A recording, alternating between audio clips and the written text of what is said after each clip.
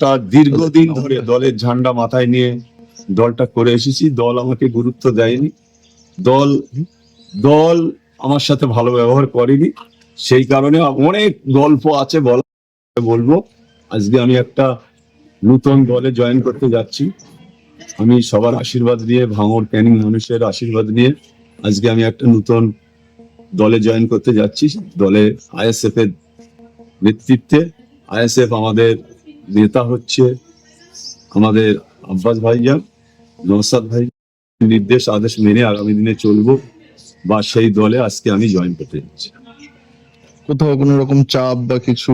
না, কোনো রকম চাপ বলে কিছু নেই। চাপ বলে কিছু নেই। অনেক ব্যাপার আছে, আপনারা জানতে পারবেন যে কারা কোন দিকে। আজকে আমি এইটা করছি বলে দল অনেকটা নড়ে চড়ে বসেছে। কেন বসেছে? যে আরাবুলের মতন লোক বেরিয়ে দল নড়ে চড়ে বসেছে। আগামী দিনে আরো দেখতে পাবেন যে কি হচ্ছে, দেখতে থাকুন।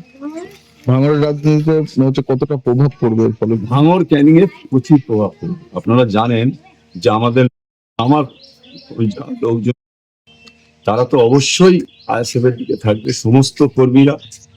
আর তিনি এখানে আজকের এতদিন লড়াই করে ভাঙড়ের ভুল বুঝিয়ে ভুল পথে পথ চালিত করছে, সেটা উনি আগামী দিন বুঝতে পারবেন।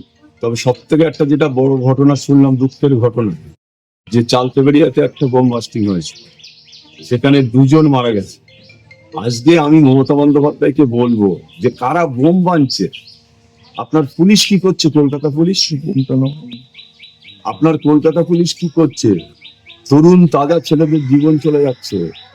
বোম বানতে গিয়ে 2 জন স্পটে মারা গেছে, সিরিয়াস ইনজোর্ড। আজকে কোথায় মমতা বন্দ্যোপাধ্যায়ের পুলিশ? আর কোথায় মমতা বন্দ্যোপাধ্যায়ের কাছে আমি আবেদন রাখবো যে ভাঙড়ের কত মানুষের রক্ত নিলে শওকত মোল্লা শান্তি পাবে? ভাঙড়ের কত মানুষের রক্ত নিয়ে এখানকার হোলি খেলা খেলবে? তাই আমি আবেদন রাখবো মুখ্যমন্ত্রীর কাছে যে আপনারা দেখুন, আপনার শওকত মোল্লার নেতৃত্বে ভাঙড়ে বোম বাঁধা, বোম মারা, এই আজকে আরো প্রমাণ হলো যে নিজের দলের লোক। এটা অত্যন্ত দুঃখজনক ঘটনা, অত্যন্ত মর্মান্তিক ঘটনা। এর জন্য সত্যিকারেরই শোক। আমি কি বলবো, আমি ভাষা পাইনি, ভাষা খুঁজে পাচ্ছি না যে এই ধরনের ঘটনা ভাঙড়ে ঘটতে থাকবে। যত নির্বাচন এগিয়ে আসবে তত শওকত মোল্লা এই ধরনের ঘটনা ঘটাবে, আর তত মানুষের প্রাণ যাবে। তাই আজকে আমি একটাই কথা বলবো, নতুন দলে যোগ দিয়ে আমি আগামী দিনে ভাঙড় ক্যানিং এর শান্তি ফেরানোর জন্য আমি চেষ্টা করব। আমি চাই ভাঙড়ের মানুষ শান্তিতে থাক, ভাঙড়ের মানুষের জীবন না যাক, ক্যানিং এর মানুষ শান্তিতে থাক, ক্যানিং এর মানুষের যাতে জীবন না যায়, এটা আমি সবসময় চেষ্টা করব। এইটাই। আরো ভালো ভালো খবর দেখতে সাবস্ক্রাইব করুন বাংলা হান্টের ইউটিউব চ্যানেল। বাংলা হান্টের আরো খবর দেখতে নজর রাখুন। বাংলা খবর মানেই বাংলা হান্ট।